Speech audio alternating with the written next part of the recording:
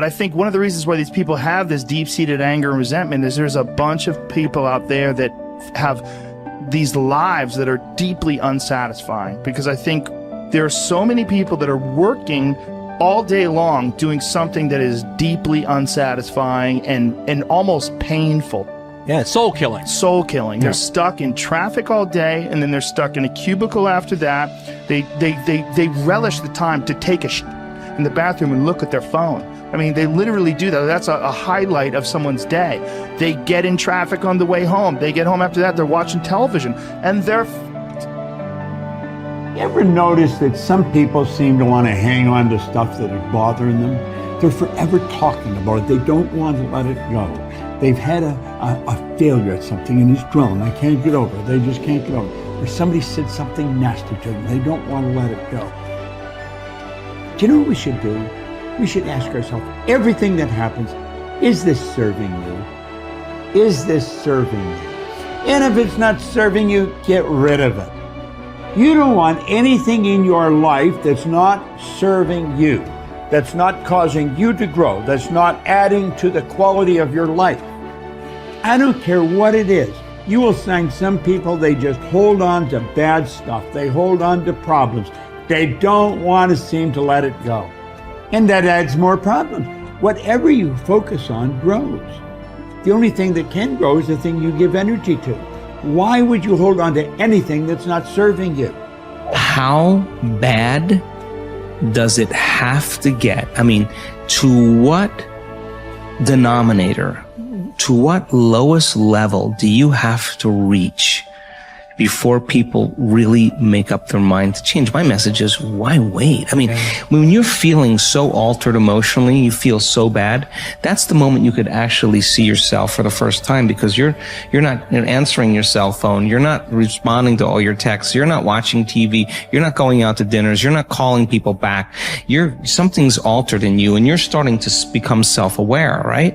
I dare you to analyze yourself first, your company first, your character, your behavior, your work ethics. I dare you to analyze it and see if there's any change you can make. See, you cannot manage time, but you can manage activity. You can manage your activities. Make certain that what you're doing really makes a difference.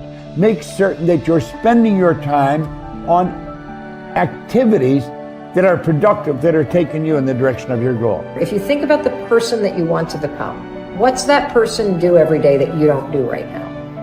And when you start to do the thing that the person you want to become is doing, you leverage something called behavioral activation therapy. And that is a whole body of research that says when you act like the person you want to become, it's the most powerful way to change a habit. It's even better therapy than talk therapy, because the action proves to your brain that you're becoming that person. You're seeing the change through the action, and so then the brain catches up and starts to relate to you like a person that's confident, or a person who adores their appearance, or a person that celebrates themselves exactly as they are. Before you start the day, ask yourself, how do I want to think today? How do I want to feel? How do I want to behave? I mean, what would greatness look like? What would love look like today? What could I do that would be really cool for me at the end of the day? Say, wow, so I had a good day today. What would make me feel that way? And if you can't find an answer to that, start reading. Who reads anymore? Read a book. I read so many books a week. I know, I'm that way too. So read something about, you want to be wealthy? Read a book about someone who became wealthy, and get real and realize they may have failed 50 times before they actually pulled it off. Or what were their characteristics? What were their traits? What made them? So it wasn't about their wealth, it was about who they became. That's the key, right? So fill your brain with a little knowledge, and then just start asking yourself, what's the greatest expression of myself that I can be today? And rehearse it. Rehearse how you're going to be. And then if it leads to a different choice, that's the unknown. Mm-hmm. And just know that it's not going to be predictable. It's going to be a little uncomfortable.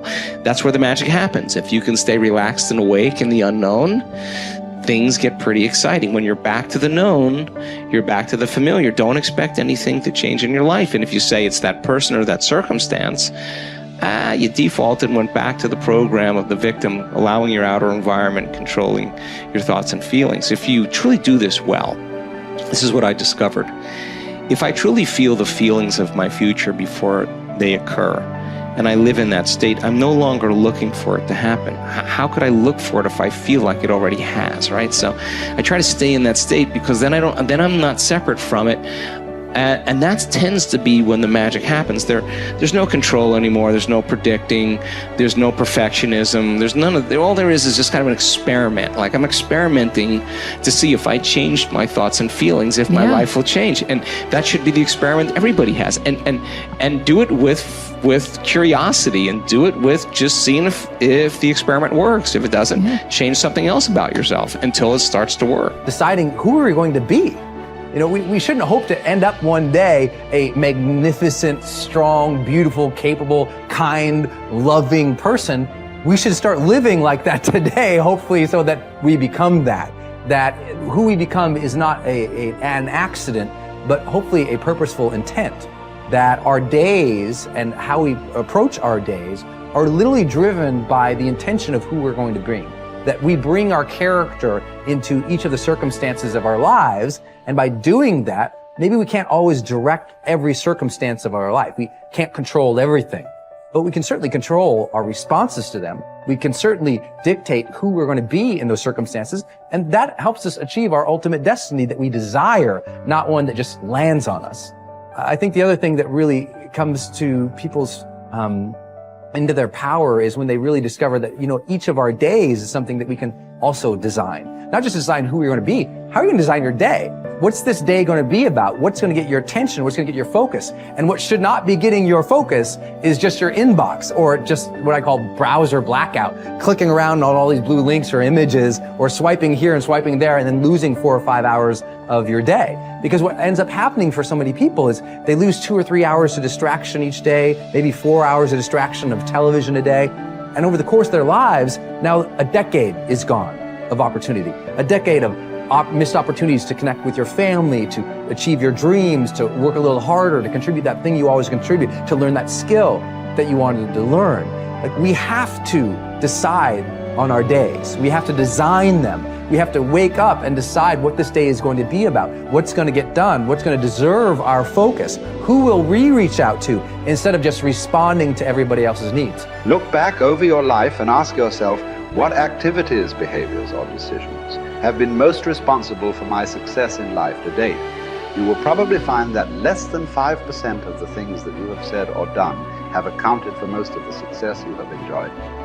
You may find that it was your unique ability to solve a particular kind of problem or to take advantage of a particular type of opportunity.